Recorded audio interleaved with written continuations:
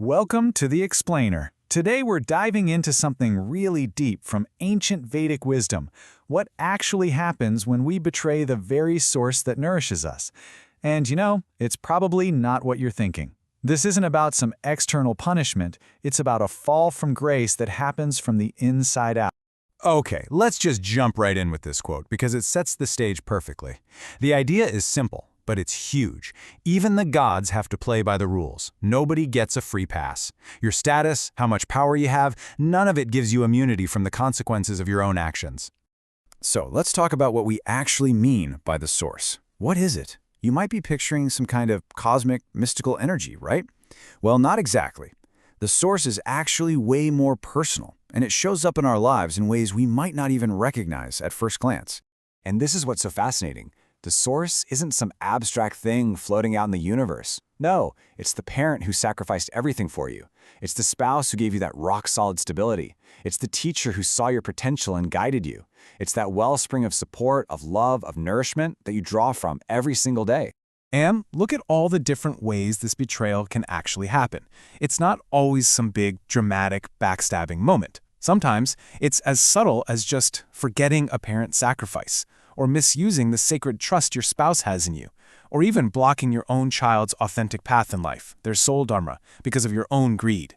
See, at the end of the day, betrayal is what happens when gratitude gets pushed aside by ego. Okay, so what's the consequence when this kind of betrayal happens? If you're thinking fire and brimstone, lightning bolts from the sky, think again. The consequences are much more personal and, honestly, way more devastating. So yeah, instead of some big, loud punishment, it's more like a slow, quiet disconnection. This idea of an inner drought is just perfect. You might still be crushing it on the outside, getting the promotions, making the money. But on the inside, there's just this profound emptiness. You've got achievement, but no joy. You're making progress, but you have no peace. And this right here is the absolute key to understanding the whole thing. We're not talking about punishment from some angry cosmic judge. This is what's called a divine realignment.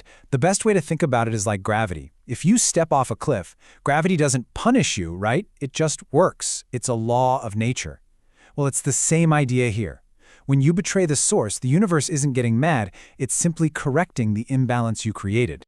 And to really see how this law is just inescapable, we've got to look at a powerful story from the Mahabharata. This is a story that proves, beyond a shadow of a doubt, that no one, not even a god, is above this law. So our story starts with these 8 beings called the Vasus. And let's be clear, these weren't just regular folks. They were essentially gods, divine, powerful, living it up in the heavens. You'd think they'd be completely untouchable, right? Well, even gods can have a moment of weakness. And this really gets to the core of it all, doesn't it? Does your status, your power, your position in the universe actually protect you when you betray something sacred? Well, the story of the Vasus gives us a very, very clear answer. Absolutely not. So here's the play-by-play. It all started with a single moment of desire. A sacred, divine cow is stolen, and bam, the consequences start to ripple out across lifetimes. A curse is thrown down, and these gods are literally kicked out of heaven and forced to be born on earth. Their entire fall from grace was set in motion, all because they disrespected a source of divine goodness. Now, 7 of the Vasus got off relatively easy. They were liberated pretty quickly. But the 8th one, the main instigator, he had to live out a long, difficult, and painful human life as the great warrior Bhishma. And his suffering, you see, it wasn't just punishment for the sake of it. It was a process of purification. And this is the real kicker. Karma doesn't always give you an escape hatch. Sometimes it gives you the strength you need to carry the burden you created. But here's the thing. The story of the Vasus isn't just some one-off incident. Not at all.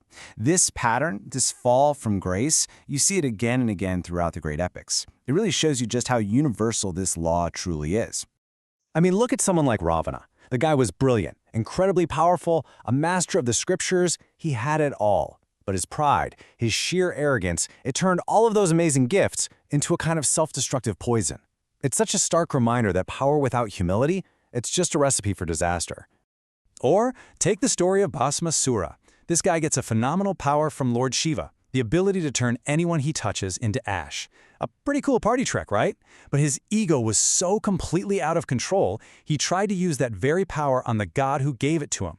It's a terrifying lesson in how power that isn't checked by wisdom will always, always lead to your own destruction. And then on the complete flip side, you have someone like Draupadi. Her dignity, her very being, was betrayed in the most public, humiliating way you can possibly imagine. But her refusal to just accept that injustice, her unwavering stand for what was right, that became a force of nature. It literally became the pivot point that realigned the entire cosmos and kicked off a war for righteousness itself. So, after seeing all these epic stories of falling from grace, what's the actual takeaway for us? For our own lives. How do we stay in alignment with the sources that nourish us? And it all comes down to this simple but incredibly profound truth. Divine grace isn't something that's taken away from us as a punishment. It's not like that. We're the ones who walk away from it. Every time we act with ego, or with a sense of entitlement, or with disrespect, we're the ones moving out of alignment. And when we do that, the flow of grace just naturally gets interrupted. And that realization leads to this really fundamental shift in how we see the world. The sources of nourishment in our lives, our parents, our partners, our teachers, the divine itself, they are not resources to be used. They are presences to be honored, to be worshipped. And so we're going to leave you with this final thought.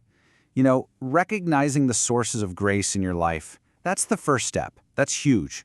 But the real work, the real transformation begins when you start asking yourself, how am I going to choose to honor them today? Not just with some nice words, but with my actions, with my respect, and with my gratitude.